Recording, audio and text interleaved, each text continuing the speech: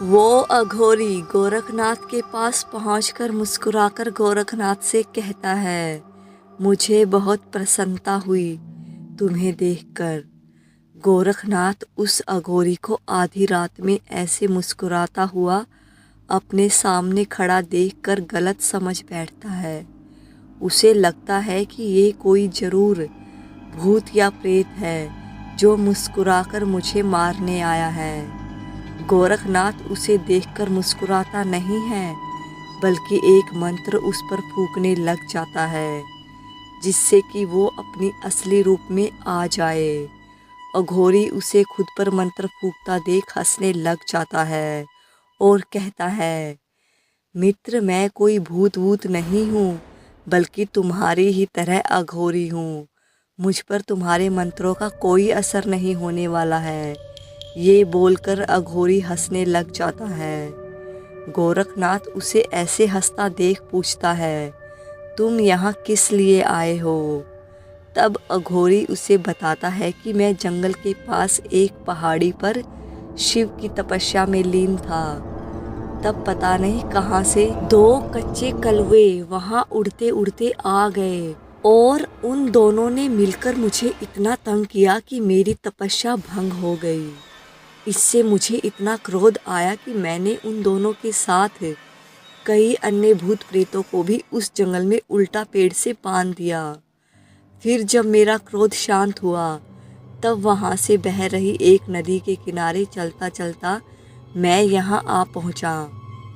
गोरखनाथ उसकी बात सुनकर उससे पूछता है, उन कच्चे कलवाओं की उम्र क्या थी? तब अघोरी उसे कहता है कि यही कोई 8-10 साल के थे दोनों कलवे, पर दोनों बहुत शरारती थे। शरारत में उन दोनों में से कोई भी कम नहीं था। ये सुनकर गोरखनाथ तुरंत समझ गया कि ये दोनों कच्चे कलवे उसी के हैं, जो उस रात उस पिशाचनी के कारण रास्ता भटक गए होंगे। गोरखनाथ उससे पूछता है, मित्र, तुम्हारा नाम क्या है?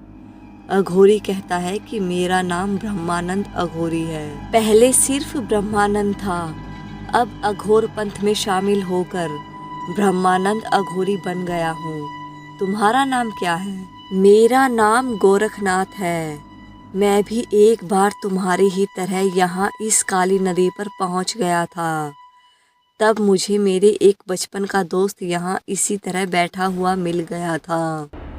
बस तब से ही मैं यहीं पर हूँ। अब मेरा दोस्त तो इस दुनिया में रहा नहीं, मैं उसकी एक इच्छा पूरी करने के लिए यहाँ रुका हुआ हूँ बस। ब्रह्मानंद पूछता है, इच्छा? गोरखनाथ कहता है, हाँ, एक इच्छा। उस लड़के को वहाँ बैठा हुआ देख रहे हो तुम? मेरा दोस्त भैरवनाथ उस लड़के को रतिप्रिया यक्षिणी से माफ़ी दिलवाना चाहता था। फिर ब्रह्मानंद कहता है, रतिप्रिया यक्षिणी से माफ़ी? पर क्यों? फिर गोरखनाथ उसे बताता है कि ये एक लंबी कहानी है। ये लड़का कई जन्मों से इस यक्षिणी के जाल में फंसा हुआ है और हर जन्म में बेमौत मारा जा रहा है। पूरी कहानी मैं फिर कभी सुनाऊंगा। अभी तो बस सुबह होने वाली है और इसकी साधना भी ख़त्म होने वाली है। क्या तुम मेरे साथ चलना पसंद करोगे?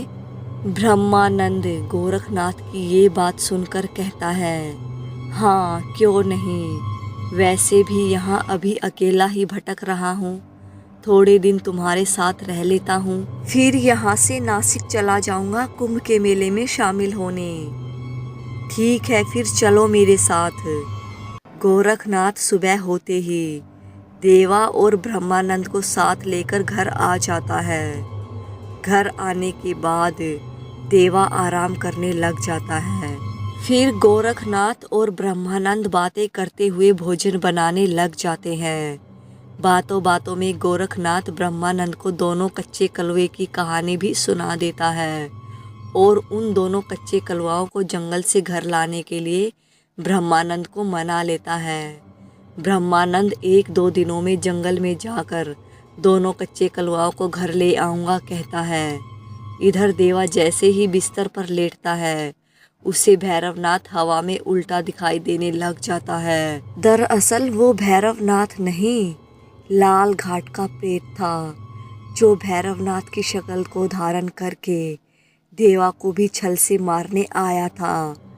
भैरवनाथ बना लाल घाट का प्रेत देवा की गर्दन मरोड़ने के लिए अपने लाल फूले हुए लंबे लंबे हाथ उसकी गर्दन की ओर बढ़ाने लग जाता है। भैरवनाथ का हाथ अपनी गर्दन की ओर बढ़ता देख देवा की चीख निकल जाती है, क्योंकि उसने खुद भैरवनाथ को मरा हुआ देखा था।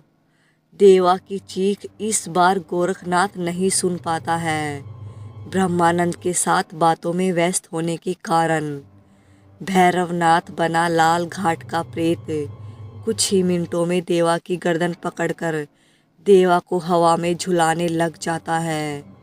गर्दन दबाने की वजह से देवा की आवाज़ उसके गले में ही घुटने लग जाती है। उसका चेहरा लाल सुर्ख हो जाता है, आंखें बाहर निकलने लग जाती है। वो किसी पंख कटे पंछी की भांति बुरी तरह से फड़फड़ाने लग जाता है।